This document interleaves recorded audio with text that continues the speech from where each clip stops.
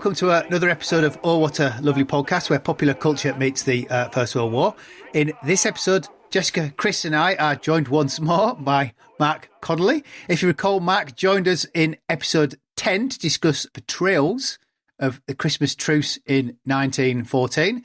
This time, Mark is back to discuss his new book, Postcards from the Western Front, Pilgrims, Veterans, Tourists After the Great War. Now, Mark, an early review for you. My daughter was looking at your book over breakfast and made the comment that she didn't think much to it because there wasn't many pictures of postcards. Yes. I take that one right on the chin and plead guilty to that and a dozen other offences, Your Honour. I think ideally I would have liked a lot more postcards in there. You know, it's always that problem, isn't it, when you're dealing with the university press and they're thinking about their cost, and it was already a bit long. So there was only a couple, per chapter, and really, I mean, it could have been dozens and dozens and hundreds, which I've lovingly collected over from eBay, mainly over the last few years. It's not really necessarily a book directly about postcards. Do you want to give us the elevator pitch, and how did you come to think about the topic? Yeah, well, I suppose, like a lot of people, I'd found David Lloyd's book written in the 90s on battlefield visiting really, really interesting. And from the moment I first went to the Western Front as a teenager, I really started to get interested in the commemoration. That naturally pushed me really to the 20s and 30s. What did the original generation of visitors think?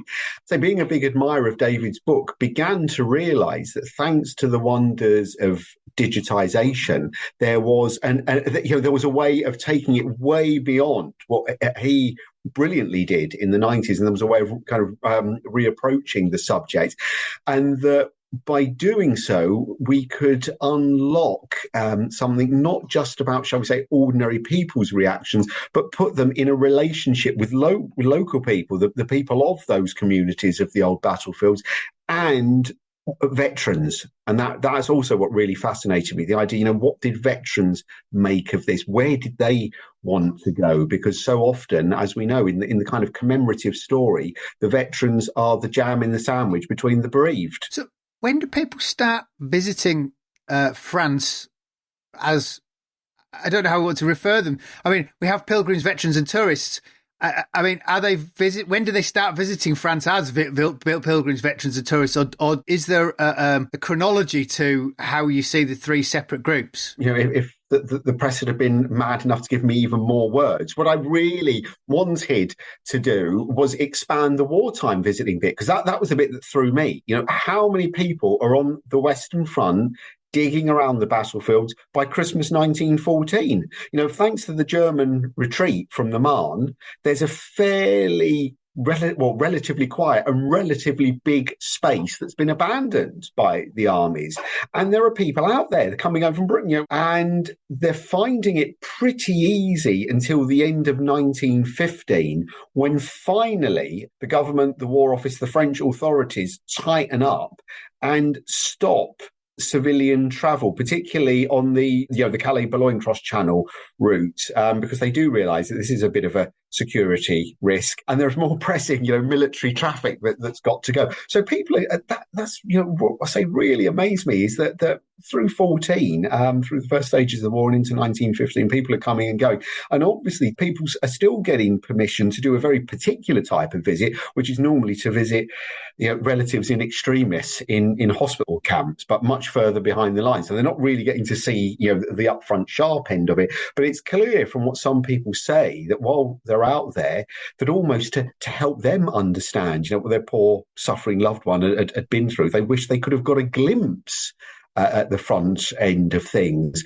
And then, despite the fact that there is officially no civilian travel from the moment the armistice is signed until the summer of 1919, people start getting themselves over the channel, and they're breaking all sorts of rules and regulations. I think mostly entirely inadvertently, but they're getting over, and there's huge numbers as soon as the Treaty of Versailles is signed, as soon as the Peace of Paris is signed, which then reopens pretty much usual civilian traffic, and people are surging over, vast numbers. I love that bit in the book because it conjured up, particularly those kind of early months of the war in 1914, somebody like sat in their house and, slam both hands down on the dinner table and go, right, it's decided then the only reasonable thing is to go to France and begin poking around. But there's a weird kind of historical precedent to it. Because I remember years ago reading about testimonies of British and French soldiers after the siege of Sevastopol in the Crimean War, and English tourists start turning up. And everyone's like, what the hell are you people doing? How did you even get here? I was going to say because the Red Cross is set up because Henry Dunant goes to Solferino and sees the battlefield immediately after. He's there as a tourist. There isn't a sort of a concept of humanitarian aid, which is, of course, is another way that during the war you get a lot of non-military people on the battlefields. But yeah, throughout the 19th century, and of course there's the wonderful images of Waterloo, and I'm thinking of Vanity Fair and the descriptions of all the civilians sort of trailing behind, and certainly in the American Civil War as well. There's at least one battle where a whole bunch of people from the local town go and have a picnic on the local hill to watch the battle, which you feel makes a little bit more sense in the 19th century than the trenches. In my head, it's a like a weird image. It's slightly kind of a What a Lovely War-esque, but the idea of like a bunch of civilians behind a velvet rope just stood off to the side, waiting for it to finish, and then somebody that's clicking them through with tickets. Exactly. Yeah, I think that. And as you've been saying, I think those precedents were there of quite a few people from Britain. Had gone straight over after the Franco-Prussian War, after the battles had ended. That had obviously been fairly popular. And for those who had the cash, as we know, the South African War had also ticked up quite a bit of tourism and visiting of the battle sites and the cemetery. So it's kind of there floating around on the wallpaper patterns, of the popular culture of 1914. And but as you say, Chris, it does bring up some pretty Python-esque images, like it's something from ripping yarns. But the one it evokes for me is actually Oh, What a Lovely War, and they're all going off to the music hall to see it, aren't they? There's I think there's one of the I think I can't remember her name, who's one of the people who goes over in 1914 in your book, Mark, who's basically describing how she doesn't really speak French. She's not sure what to find of France, and then discovers that, I must be mistaken. I'm clearly in Britain because, basically everything's been colonized. And it's not hard to understand exactly at what point the French began to start looking slightly askance at their erstwhile allies as they came and changed everything every time they rocked up somewhere. Absolutely. Yeah. And of course, she actually manages to get to the village behind the lines. It's near Neuve-Chapelle somewhere, La Ventie, somewhere like where her son is stationed, and sort of just walks down the village street, and there they are, they're billeted. And she sort of goes round asking the estaminet owner, have you sort of seen some British officers anywhere? And he points them out, and then she bumps into her own son. I mean, it is quite unbelievable. And yeah, it absolutely, because it has the entire kind of cliche jokes about the nature of the British Empire, that upper class British women arrive, treat French people as if they were the servants in India. Just basically say, take me to my son-in-law, my brother, whoever it is, and expect to be shoved through. And when people say no, they find a way round them really pretty quickly, and by sheer bloody-minded persistence and confidence and perhaps a dash of arrogance, get to where they want to go. And so it is really no wonder that the French, with, as we said, the full connivance of the British military authorities, begin to clamp down on it all. Must have been a very weird conversation in that billet afterwards. So your mum came. Did she spit on her hanky and sort of wipe it on your cheek? Give you a note that you can't go over the top tomorrow because you've got a dicky knee. What is the class breakdown?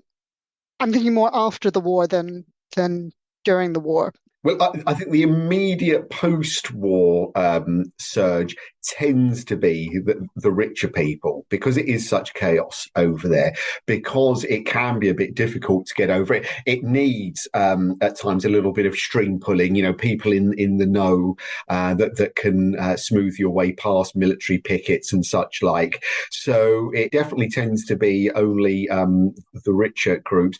That really comes out in the advertising as well, that the the earliest battlefield tour adverts make a point of stating, we're run entirely by ex-officers. We have cars and hotels deluxe. They're making sure that that people know that they're not going to go around with an NCO, might have a terrible regional accent, maybe even drop his H's. You're actually going to go with a proper officer. But the flip side of that, as people of more modest means are also finding their way over, and they're often visiting the back areas because they want to find a grave, and as we know, that the easiest, the best registered graves are those who die in the cemetery, in the hospital camps and such like. They're the easier ones to find, but they're not sure about things like local transport links, and that's why someone like the Reverend Matthew Molyneux, formerly a chaplain in the New Zealand forces, he is watching that in that late spring, early summer of 1919, and he is obviously made emotionally distraught by the sight of these poorer people, often no language ability, and he believes that they are being fleeced by local operators, and that's what leads him to set up the St Barnabas Society, and also the St Barnabas hostels, and then to get to work to raise funds, and also to argue with the government to put in funds that there should be either subsidised or free travel for the poorest. And then the numbers, once that comes in, once the charitable work kicks in, they really begin to surge. For tourism to exist, there has to be some infrastructure. Were the French keen to start quickly rebuilding hotels, fixing roads that went, rather to Rome, to the battlefields, to where people wanting to go? Does that help? Almost frame the rebuilding. Yeah, I mean, the answer is kind of unintended consequences. That the big rumour of 1919 is that Americans are going to surge over. That American millionaires are going to leap on the great transatlantic ships. In fact, this is a rare moment where the Entente Cordiale is absolutely bang on and still unified in 1919, in the early 20s. And it's all the arguments, that Yanks came into the game late. They thought they'd won it for everyone. They didn't really know what the fighting was about. And now they're trying to colonize, what is our sacred ground. So there's a lot of very cheap Americanophobia that's flung around in both the British and French press about all of this. And there is a rumor, though, that certain French deputies from the devastated regions have kind of got in bed with American investors to build like super luxury hotels near Verdun and around Saint-Mihiel and places like that, so that American tourists could come in. In fact, the official French government line is to try and dampen all of this down. Yes, they're particularly interested in getting the road infrastructure and the railway infrastructure rebuilt as quickly as possible, but entirely to allow what we might say the pre-war economic infrastructure to be redeveloped. So the Somme region, it's all about trying to get agriculture going again. There are huge arguments going on with local landowners where the French government is saying, look, they're saying to farmer Francois, why have half a dozen tiny little holdings where in scattered, over about 10 miles, where what you might want to do is almost like a swap shop with another farmer to consolidate yours and to consolidate it near a roadside, so we could bring in new tractors and to really help you with your cultivation. Of course, they crush straight into that kind of small landowner mentality, small peasant. No. We've always had these patches, and I don't care if it's in the middle of a field. That's my bit of field, and I'm not swapping. So the French government is far more obsessed, with that. And in an area where there is no real water supply and gas supply, and even at times, food supply can be difficult, the idea of possibly tens of thousands of monolingual Anglophones arriving, wanting to be fed, wanting to be looked after, doesn't look like a particularly good idea. And of course, Fabian Ware, being so sensitive, being a former pressman, he at the Imperial War Graves Commission, he's also desperate to keep on board at this delicate time with all French authorities. And he wants to know what can be done to control or at least frame the expectations correctly of visitors. Not least because he's also very, very well aware that the Charter of the Imperial War Graves Commission has got no clauses in it that really allow them to assist travellers, or visitors, and that's the last thing he wants to get involved in as he's trying to, take over these cemeteries from the Directorate of Graves Registration and Inquiries and to start the permanent processes. So they've got an absolutely full desk, and the idea of kind of having visitors dumped on top of them as another responsibility really isn't something that the commissioners are relishing in 1919, 1920. He must have been absolutely delighted when Kipling wrote The Gardener in that case. Well, exactly. And of course, that's why he then gets Kipling to write a piece which is syndicated to the press about the expected conditions and and crucially, the expected codes of behaviour in cemeteries, because they're already finding it's not so much, I don't think, sort of deliberate desecration at all. I think it is, the sheer power of seeing some of these sites is that people naturally start picking up souvenirs. So, a lot of the crosses which have things like helmets on them or little souvenirs that have been left by pals, visitors are pocketing, are walking away. And then, of course, another visitor might come in and think this is absolutely disgraceful behaviour, and it all gets a little bit fractious. So Kipling sends out this quite big missive, which is syndicated around all the national dailies and all the regional big players, trying to set out a code of behaviour, of commonly expected manners when you're visiting the cemeteries and the battlefields. There's much of this kind of post-war tourism, does it go particularly hand in hand with the kind of the adopted towns scheme at the time? So actually it becomes a way of financially assisting the town that you have adopted by, we will visit it, we will pour money into their economy in whatever ways we can. Yeah, absolutely, Chris. And of course that gives an acceptable face to tourism, and means that you can be a tourist come pilgrim really quite easily. And crucially as well, it means that there's a focus, for local communities in Britain. It also means that they can say to people, look, this doesn't mean we're going to go tramping the whole length and breadth of this devastated world. We've got one particular place that we want to go. And because it is usually associated, with local men, that brings both the veteran and the civilian bereaved together in a common focus, a common place.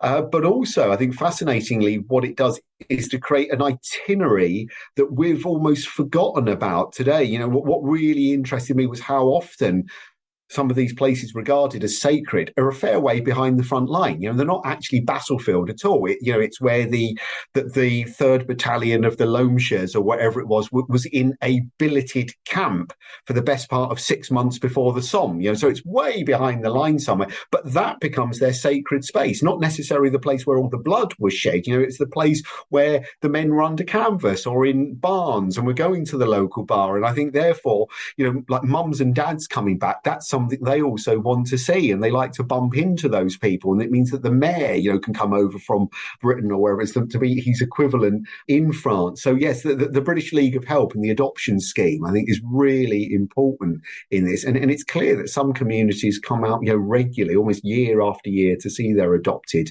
community. And it is strongly encouraged by the French because they do see this as a soft but potent way of keeping the Entente Cordiale going. This is really important to me in a Britain that might be about to try and stand aloof and silent again, as kind of a global policeman, but not necessarily one with a foot in the camp of Europe. I think they see that these visits as really, really important in maintaining a spiritual idea of the Anglo-French Union. I was wondering about ownership of the site. If you're coming out to see a site, that site to you might be a battlefield, but to French farmer, it's his field. Do they run into problems with, I don't know, sacred spaces, arguments over conservation? It's sort of a metaphysical ownership of the space, isn't it? Yeah. Oh, absolutely. And funnily enough, it's that weird thing where you see British visitors saying that the French are vandalising the spot. What, you mean the Germans didn't do that? Actually, like returning it to its pre-war condition was seen as an act of vandalism. It was almost as if the natural condition now what was devastation, and that should be left. Yet, so there's all sorts of complaints that farmers are too quickly filling in ditches, they're too quickly digging up everything, and dumping it for scrap metal, that they're not allowing visitors to go tramping across the farmyard, to see where the attack went in of the X or Y battalion. Yeah, that certainly creates some frustrations and some tensions. I think where it tends to get calmed down equally quickly, is certainly as far as visitors are concerned, is by the same token having the farmer there, or having the land, the house owner having their house rebuilt and their garden relaid out, it means there's a pretty much never-ending supply of souvenirs that you can buy. And that's quite handy, that you don't have to dig around in the dirt. Again, Farmer or his wife Mathilde has got a nice little stall out front, and you can buy whatever you like and bring it home, which is why all of those early guidebooks, as I say, make a point saying, don't touch anything, please don't, and only invest if you're absolutely sure it's deactivated, because this isn't good. And so that souvenir trade becomes absolutely crucial to the local economy, and it's something that the Brits massively stimulate, arguably, more than any other type of visitor. I think it's the Brits that want those kinds of souvenirs. My question was actually related to that final point about the Brits. You've spoken about the Americans. Where does the Empire fit into this? So both the Dominions and indeed other bits of Empire who lost men on the front. And this kind, in its own way, links in to the Commission's non-commemoration report of the other year. The single biggest colonial visitors, so outside of the Dominions, are Indians, because by the 1920s, as we know, by the Edwardian period, there is a very large Indian and Anglo-Indian community in Britain, which is normally quite well off. It's either, independently, aristocratically wealthy, or it's bourgeois, white-collar, professionally wealthy. They're lawyers or doctors or whatever that. So they are the ones who tend to go over, and obviously Neuve-Chapelle is of great interest to them, and entirely because of that, shall we say, at least financially top end of Indian community having a stake in Britain. That's what partly drives on the obsession of making sure that all names are on the Neuve-Chapelle Memorial, and as we know, they're a little bit more fast and loose about Basra, whereas Neuve-Chapelle, they're all there because they are expecting, high-end Indians to visit and will be there, and they have to be impressed. They have to be shown that they're on an equality and part of this. So Indian visitors to Neuve-Chapelle are certainly not uncommon by the mid-20s. In terms of the Dominions, there are large numbers that come from Canada, Australia and New Zealand. Obviously, Australians and New Zealanders, what they tend to do is tie in with a package that's going to Gallipoli. And that makes sense in terms of the steamer routes, that you'll come through the canal, you can stop off there. And then a lot of those will almost follow the route of soldiers in the war. They won't come round to Britain. They might get off at Marseille, and train northwards. They'll use the French railway network to come north, and then they might end up in Britain. So the only time they're going to cross the channel is actually sort of south-north. They'll end up in Britain that way. Canadians tend coming over in large numbers. And, as anyone who's done any work on Canadian memorialisation will know, it's not necessarily the immediate attraction isn't Vimy. For a lot of them, it's the obsession with Second Ypres.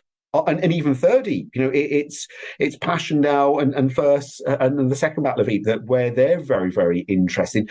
Vimy, in its own way, as Tim Cook's book shows, it is a little bit of a slow burner. And we kind of read history backwards, and it's always been incredibly important. Because I can remember the slight surprise of realizing that for the British, in some ways, Passchendaele is more important than the Somme.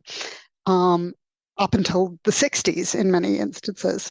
Yeah, and I think I think the reason that Ypres gets it is because, shall we say, every cohort of the British Army goes through it. So whereas the Somme is so massively associated with Kitchener's army, both volunteers and conscripts have got their clutches on the Ypres salient. The territorials have their clutch on the Ypres salient. Of course, the old contemptibles very much do. So, every layer of every kind of cohort of British soldiers has some kind of stake in the salient, whereas the Somme battlefield has a particular resonance. It is massive and it's very, very important, but the imperial battlefield, sine qua non, is the salient, and that's what drags all. And of course, then as now, it's Ypres that drags people in because it's the easiest spot to reach if you're crossing the Channel. The railway to there is repaired most quickly, both from the French ports and from Ostend. And it's all kind of tied in really with the restoration of the Belgian seaside resorts, Blankenberg. So the line is just trundling down the coast, and then doglegging inwards. So it's the easiest way to get to a major battlefield. Whereas trying to explore the Somme in the early 20s, oy vey, it's just, it's enormous, isn't it? It's the biggest of the British Imperial battlefield. If you think, we're talking about the stretch from Amiens in the west to Saint-Quentin in the east, you're talking about Ayette, so just south of Arras in the north, down to, if you're interested in the French zone, down to Noyon, in the south. You've really got to go some to explore it. And it has been devastated from end to end. So a lot of Somme visitors will end up using Amiens as a base rather than Albert, and they'll kind of do whistle-stop day trip tours down the Amiens, Albert, Bapaume road and do a little bit of kind of doglegging off of it, because getting much further into the hinterland than that can be really tricky until the mid-20s. One of the interesting and kind of usable things for us when we consider, a lot of the criticisms and critiques of Ypres, particularly the Passchendaele offensive, is that you can use them almost word for word to also describe the film that came out in a few years ago. Both are, horrifying, depressing glimpses of the darkness of humanity that no rational person would ever want to put themselves through. That's right. Only there were rather more chips after the war, I think, and bottles of beer. But yeah, and that sense of, I think what's really fascinating, of course, David Lloyd explored it originally, is how rapidly these distinctions between pilgrim, tourist, veteran collapse on these spaces. They're, as we know to this day, I say to my students, I might be standing in a cemetery one moment, weeping my eyes out. The next moment, I'm giving a little kind of hard-headed military history talk about what happens. And then 10 minutes later, I'm sitting in a cafe, putting money, behind the bar, drinking the liquid heritage of West Flanders. And so I've done, all three hats within a few hours, and there is no hard and fast distinction. And I think that's exactly what happens in the 20s. All of those that had been the British and French press had condemned as being tourist, exactly the same behaviour is happening with the bereaved. They want a little souvenir, and short of them taking tents and entirely their own supplies, they're going to live like tourists, aren't they? They need hotel rooms, they need somewhere to lay down their head at night. They need something to eat, and they want to visit little museums, and they want to take home souvenirs. So the distinctions are really artificial ones created in the popular discourse of the time, rather than something that was actually discernible, I think, on the ground to any great extent. One of the many aspects that I enjoyed about the book is kind of reading, particularly the chapter on the devastation, postcards of the devastation, is you're reading fairly kind of moving, interesting accounts of people kind of viewing these things, but always aware. And it's similar when you're in an archive of, at some point I'm going to encounter something that really specifically dates this or hasn't translated across well. And then you turn over the page and it's the bit where they start talking about the Chinese labourers and go, oh, there it is. And you get that slight kind of snapshot of, oh, look, the awfulness, the horror, and oh, look at these weird foreigners who are here, who are digging things. And you suddenly get that tiny little 1920s post-war, but still high imperial lens to view things through. Absolutely. And also that sense in which they've all come out of a world of like imperial exhibitions. And it almost is as if it's kind of in its own weird way replicating that, when you go and see the African village or whatever, that's what they've got. They've got a camp of Chinese that are living and they're digging and they're living an entirely separate life to the rest of that society there. And you kind of walk around the edge of it and watch them do their performance and then go off and then treat them as very much others, not necessarily being particularly kind of horrible about them or nasty, but very definitely viewing them as others. And of course, they do the same when they see black American soldiers, a lot of whom, of course, are in labour units. So they're also helping with disinterring bodies. So seeing black labour units at work cause much the same. But then you get that strange melting pot of otherness because they also view German prisoners like that. That they are completely other and completely weird. That those, some of my highlights in the research was in to find the stuff in the YMCA archives at Birmingham of the dear little Alice Knight, this lovely young woman who seems so incredibly naive and goes off to work for the American YMCA in Paris, and her little prim and proper chum Righty, she's always called in the letters home, and they go tramping across the battlefields and Alice writes these incredibly detailed letters home to her parents that must have scared the life out of her parents, because there they are walking around in the dark across battlefields. There are German prisoners wandering back to their camp, digging up. So at one point she says that they're walking around some old trench and all of a sudden they stumble across some German prisoners who are at work and they follow them along. But of course, being so gloriously British, she says, the damn cheek of them. We are English girls and German prisoners following us. So she's got just enough sort of self-confidence about it to see it all through. But her parents must have been having kittens when they received some of these letters. But yeah, that kind of othering and viewing as slightly odd, slightly different and weird. It kind of becomes very strange when it also, or you see how complex it is when all of a sudden Europeans are chucked into this same othering categorization. Is the profile, just thinking about young women in these spaces, is the profile predominantly female? I mean, we think of that argument about mourning, the extent to which women and older women in particular dominate the images of mourning in Britain. And if a major element of battlefield pilgrimage is the mourning process, how many women versus how many men, I suppose, were there? Right. Yeah. I mean, certainly in terms of you're absolutely right, Jessica, in terms of the public rhetoric and the public image about this is that bereaved wives and more even particularly bereaved mothers hold the trump card amongst pilgrims. And that's recognised, even into the official language. So when it's successfully negotiated with the French governments that people on war cemetery visits do not need to go to the expense of a full passport, which is quite an administrative and expense palaver.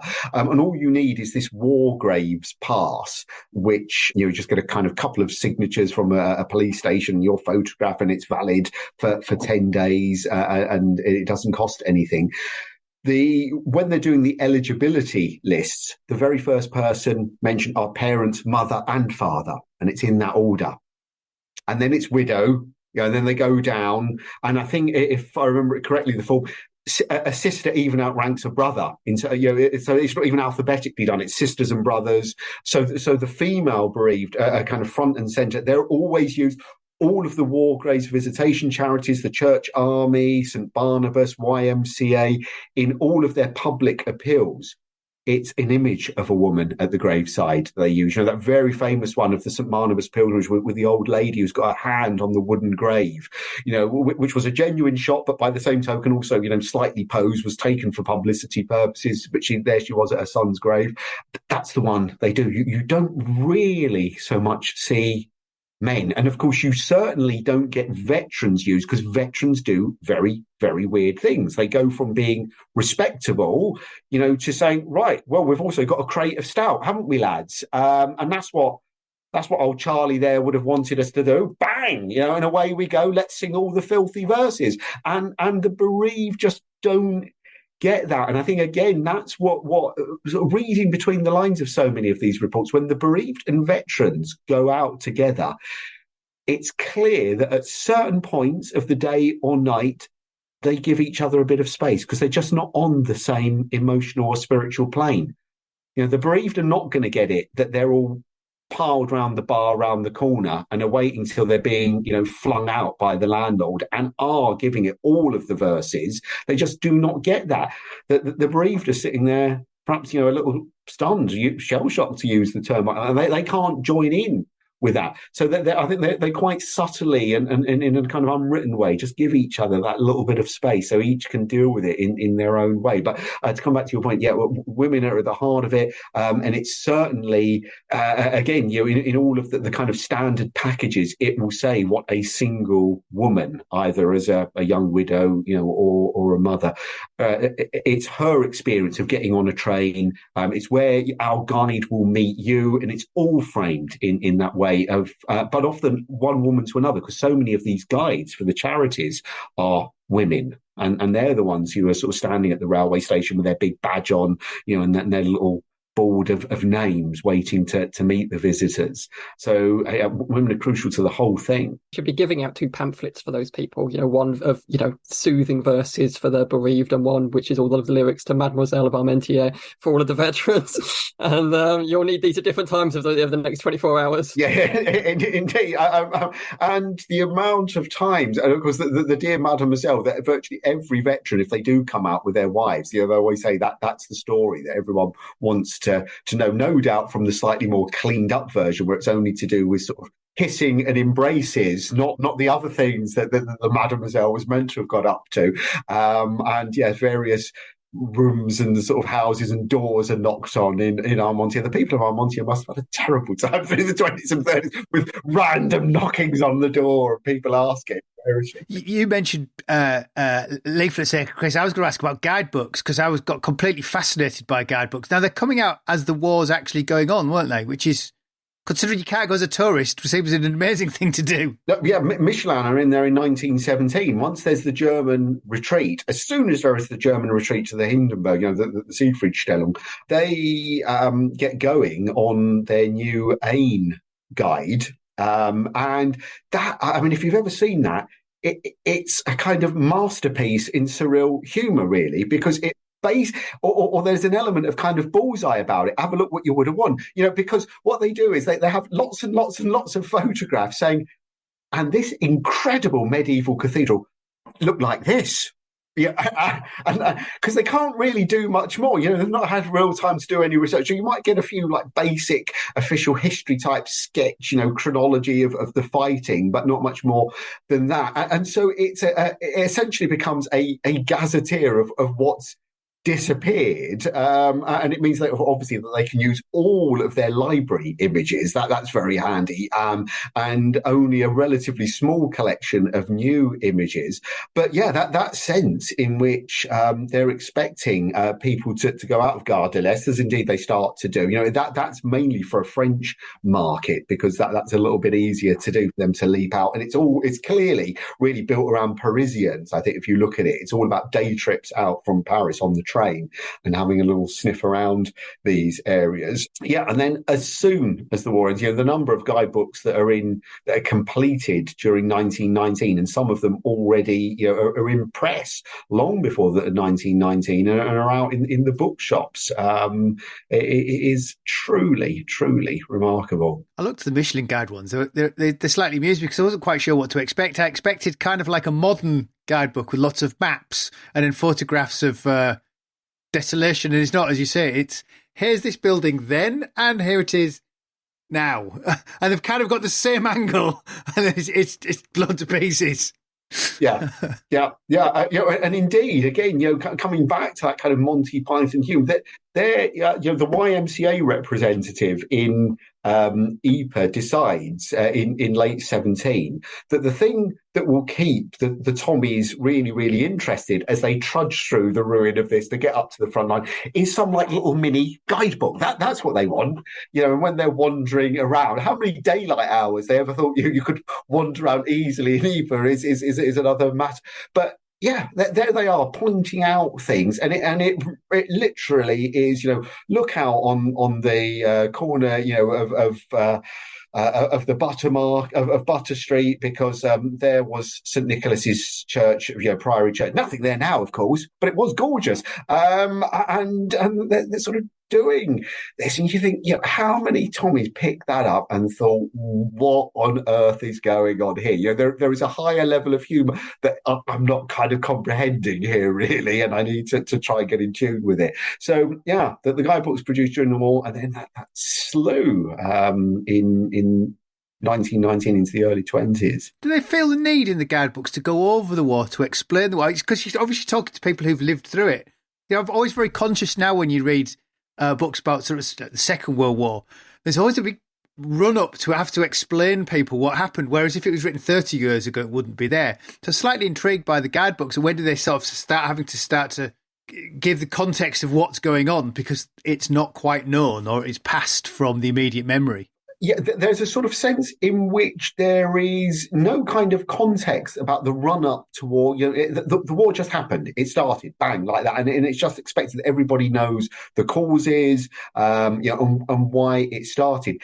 There can then be, like in the Muirhead Guide of 1919, they take all of the official war narratives, which were produced by Buchan et al. Under that guise, what was it, as the official witness or whatever term he had in his quasi War Office, quasi Ministry of Information job, and they kind of do a little bit of editing and they put them all together as a preface. Now, of course, they are only for the most dedicated Western Front Association member to read, because they are absolutely turgid narratives, of every little advance and retreat and movement in the line. And by doing that, once you got on that, you wouldn't have a clue where to go, where to stand, what to see, because it's all so massively overdone. And then it sort of gets that bit out of the way, almost like to tick the box of, we're Muirhead's Guide, so we're quite a high class guidebook, and this is what our readers would expect. And then you click in a gear, and it pretty much says, do you want to see some ruined tanks? We know where they are. Fabulous. We know exactly where they are. And there's this sudden gear change. The dynamic of it moves off in a completely different direction. And they love pointing out. Everybody loves pointing out where the ruined tanks are. And so you suddenly get that thing from, we treat you as if you are a very knowledgeable and very interested and engaged kind of student of military history.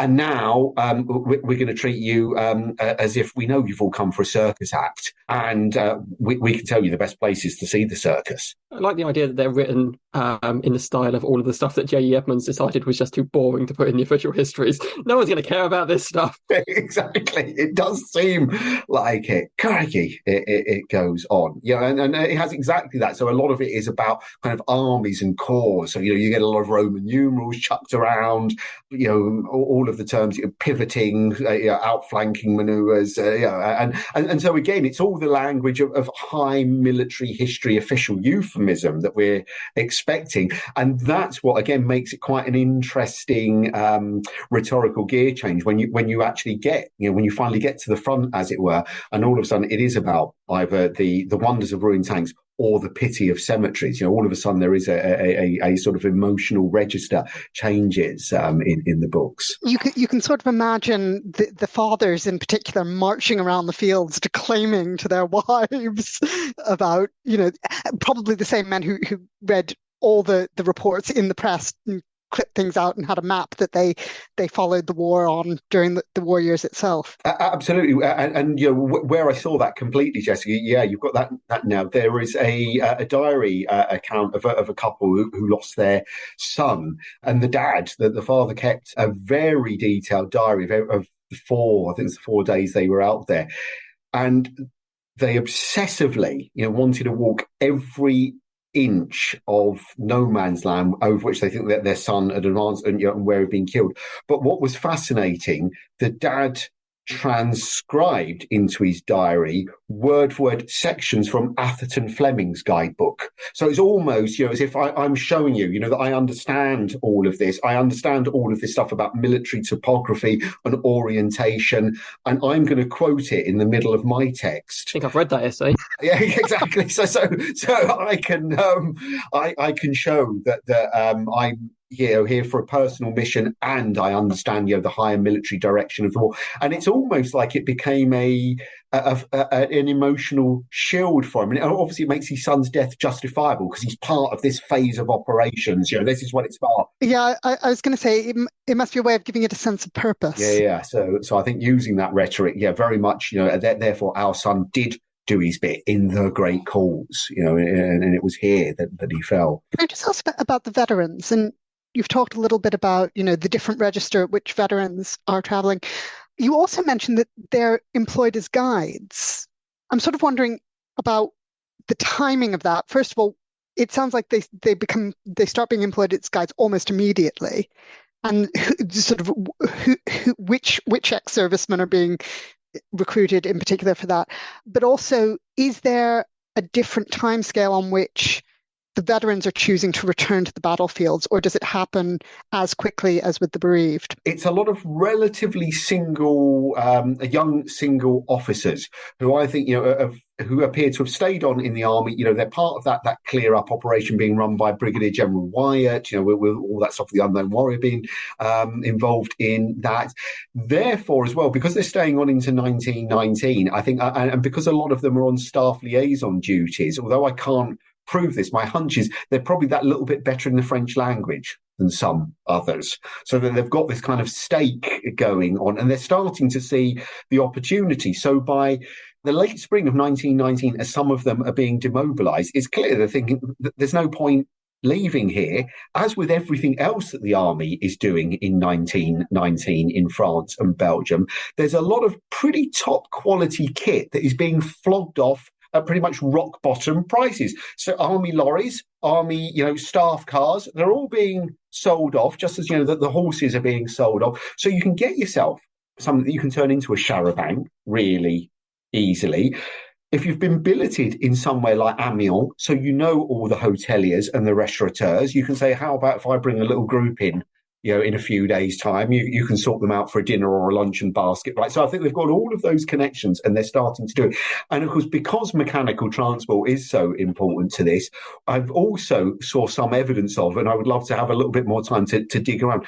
It's clear that a lot of the guys that they're employing from the other rank ends are from the Army Service Corps or from the divisional transport line. So they know how to drive. They're probably pretty handy at repairing stuff, in an emergency. And again, have probably picked up a little bit of franglais because of the kind of work that they did. You see an obsessive use of the rank in all of their advertising. If you're captain, major, that they want you to know that, and obviously below captain you're not allowed to use your rank, but they will say in the advertising, former officers of, and they will often give a little précis, served at one MC, MC and bar, and so that they want to give all of this in the small print to give that reassurance. Now, in terms of veterans themselves coming back, it's from what I could work out, there are tons of very small scale, either individuals or twos and threes, and they're often ex-officers, 1919, 1920. I think it takes the old comrades associations to bed down a little bit to get their subs pile going, and the British Legion to get going before you start to see bigger groups, and particularly bigger groups which will include the other ranks going. And they're really fascinating. Once you start to see officers and other ranks, is to see the way they all flit between their wartime ranks, so there's still a bit of deference towards the officers, and then all of a sudden the open kind of Wipers times Charlie Chaplin approach, where they're openly, taking the piddle out of the officers, and the officers are obviously, the former officers are obviously lapping it up, are kind of enjoying this because they are in a different sphere now, and they're all playing almost like a pantomime with each other of different, the old ranks and roles that they had. Yeah, but I would say from what I can see, it's really about 22, 23 where you start to see the bigger groups of veterans collectively going out. I was going to ask whether or not the guides end up clustering around like captain, major-esque rank, partly because again, they can straddle both spheres. There's almost like a Blackadder-esque, if you had a general as a guide, which way's the front line? I don't know. I never got up that far, but that kind of, we did the administrative stuff. I had a rank, but also, I was in these trenches very likely, so I can provide you with an information that you wouldn't get at the upper ranks. I was also wondering about civilian pre-war life and the extent to which these are the so-called temporary gentlemen who don't necessarily have an income to go back to once they're demobilized. Yes, I think there's quite a lot of, shall we say, lower and middle class types in that incredible complexity of the British class system that are seeing this as a way of retaining status and influence. They're clearly the good ones amongst them.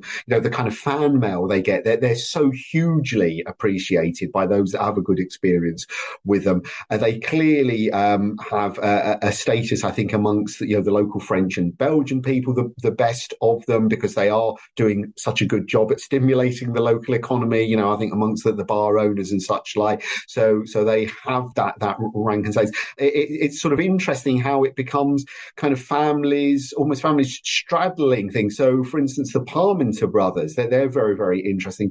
Captain W.P. Parmenter, who ends up being the Ypres League's representative in Ypres, he comes out. He knows about cars. He opens a garage which he calls the Wipers Auto Services. Of course he does.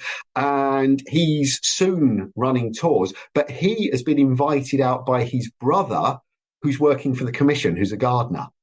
So his brother obviously saw that there was a gap and said, get yourself out here, son. There is something going on here. And it's interesting that you kind of see those sibling relationships, where one might be a commission employee and the other one is in the private sector, as it were, or one might start as a commission employee and by the 20s, they've perhaps had enough of doing winter weeding duties or whatever. Think I could do with something a little bit slacker. I'm getting a little bit old for this, and I'm going to the guiding business, and they go that way, or they take over a small bar, which is right in the middle of the battlefield tourism trail, and of course that means they can get in British beers as well, and as they know that's what the punters want, and they will supply it. So there's this fascinating kind of interlocked expat community, which also ends up, as you all know, getting hyphens in it as they marry local people. So it becomes not just British, it becomes Anglo-French and Anglo-Belgian as well by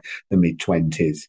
Is there a German form of battlefield tourism? Yes, on a much lower, more individual scale. The German visiting is slightly bedeviled by the political allegiances of the German veterans groupings. So obviously some of the communist groups just don't want to go back because this is the crime that they've been made to participate in, the trick that was played upon them. So it's all about kind of domestic activity and there isn't so much interest.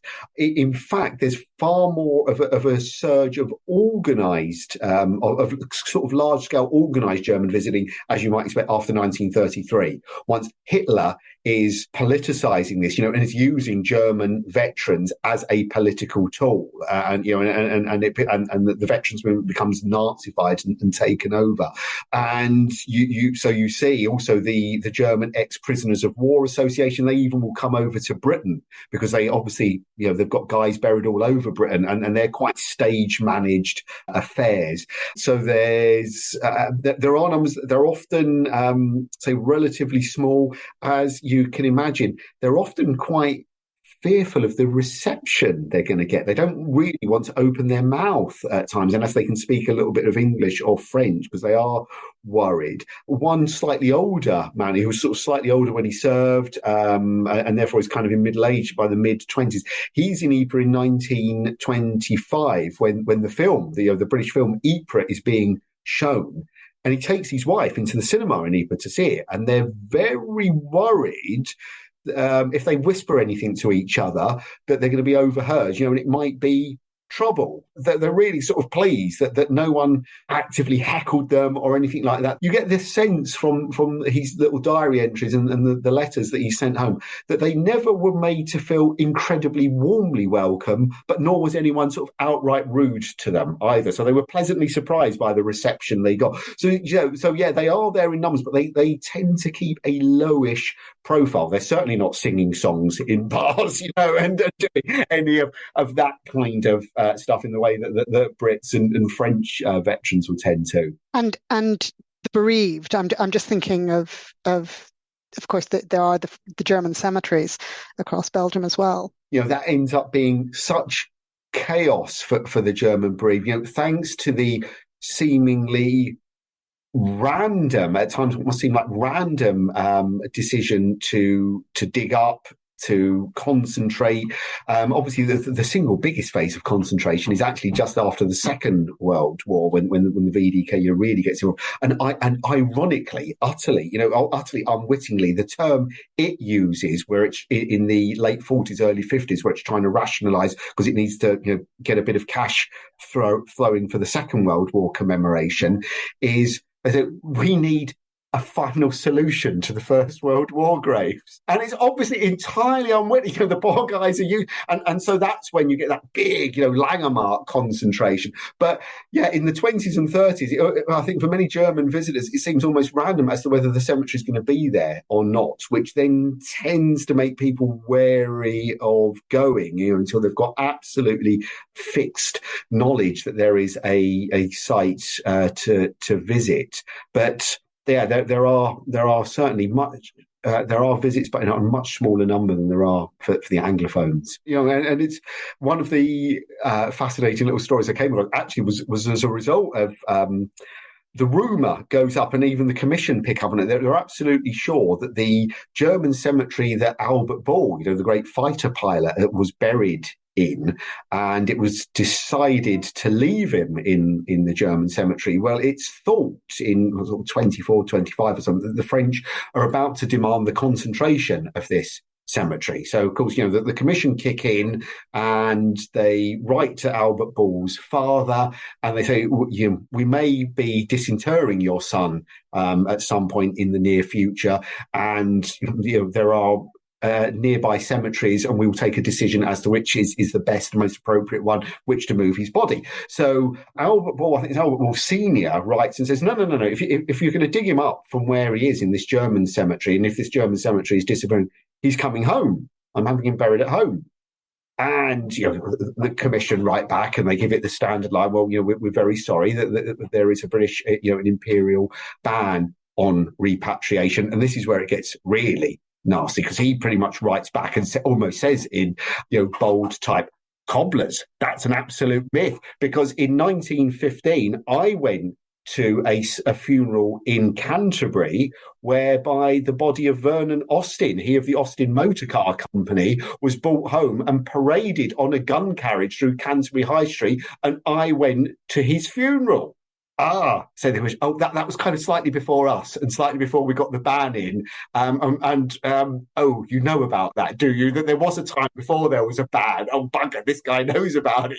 There's all sorts of internals. But then they reassured me that very definitely since 1916, when it was all ratified again, this hasn't been allowed. So your son will have to go into a nearby British cemetery. Of course, to wrap up this very long kind of Ronnie Corbett-esque type story, eventually it's as you were, because the French decide to leave that cemetery. There is no need to disinter it. But yeah, that kind of tiny little issue causes an enormous stink in the commission as Albert Ball's father is demanding the return of the body. Well, as we creep over the hour. Yeah, sorry about that. Really nagged on, didn't I? Well, no, it sounds like there are an amazing number of stories in this book. Just very quickly, Dan, was there anything you found in your research that didn't make it into a book that you'd like to share? That's a really fascinating one. I I don't think that there's anything that was entirely, outside of whatever. There were just so many more examples. I had an embarrassment of riches, many of which were absolutely heartbreaking. I think what I couldn't really see through in its entirety is the enormous fight that occurred over wreath laying services. I mentioned that because these businesses to photograph graves and to lay wreaths. And there is one particular operator, a Captain Chanter, formerly of the Canadian Expeditionary Force, and he goes absolutely loopy at the commission because he's convinced that they're excluding him and allowing sort of cowboy operators to take pictures, and he writes in, Doris bonkers, like once a week for years and years and years, saying, I know that there are these, and I tell you what they do. They take one wreath, they put it on a grave, they photograph it for the next of kin, then they pick that wreath up and they change the card and they put it on another grave. I've watched them coming and go. It becomes very Alan Partridge. I've watched them come and go night and day, and you're not clamping down on them. And in the end, his letters to Fabian Ware get so inflamed and so crazy in their accusations that they actually go to the Commission's lawyers to see whether there's a libel case that might be in it. Unfortunately, Ware says, no, we're not going that route because he'll probably almost enjoy it, even if he loses it. We're going to be dragged through the mire here. So yeah, that was a very long, very mad, complex story, and I had to cut it down to the bare bones. But there was some brilliant correspondence I could have quoted there. And then, very, very ironically, after leading the commission a dog's life for 20 years, of course, he's forced out in 1939. He comes back to Britain, and then in 1944, as soon as the Canadians are advancing, through West Flanders, he writes to the commission and says, I've always had enormous admiration for your work. Can you give me a job? What? So some very fierce and at times inadvertently amusing human dramas, which just had to be cut for lack of space. Fantastic. So that's Postcards from the Western Front. Fantastic book. Thank you, Mark. Thank you so much. Really appreciate the invite. It's lovely to speak to you all. I do enjoy our Christmas with Mark Connelly episodes. Yeah, indeed. At least you've not ruined Christmas for us like last time, with your nonsense about there being no football match. Oh, yes. Apparently those people just wanted to kill each other. What are we looking at next time, Chris? I don't know. I mean, I feel that at some point we should probably take the obvious option of watching the new All Quiet on the Western Front, which would seem to be an easy one for January, and obviously we'll do it live in January. We certainly won't just record it in December and assume that Christmas has gone ahead as normal, because that would be highly unprofessional of us and definitely not what we do every year. But we can trail that Angus and I are likely to be off to the ballet at some point soon. So we are going to go and see what happens when Peaky Blinders becomes a ballet, which should be fascinating. And I'll have to try and figure out if there's some way that I can participate or just live vicariously through your disbelief. Well, I'm hoping this is the high road then to SAS Rogue Heroes becoming a ballet. That's I think is the next step. Well, with that then. On that bombshell. Oh, yes. See you next time. See you next. Thanks, that. Cheers, everyone. Bye-bye. Great weekend. Take care. Bye. Bye, everybody. Oh.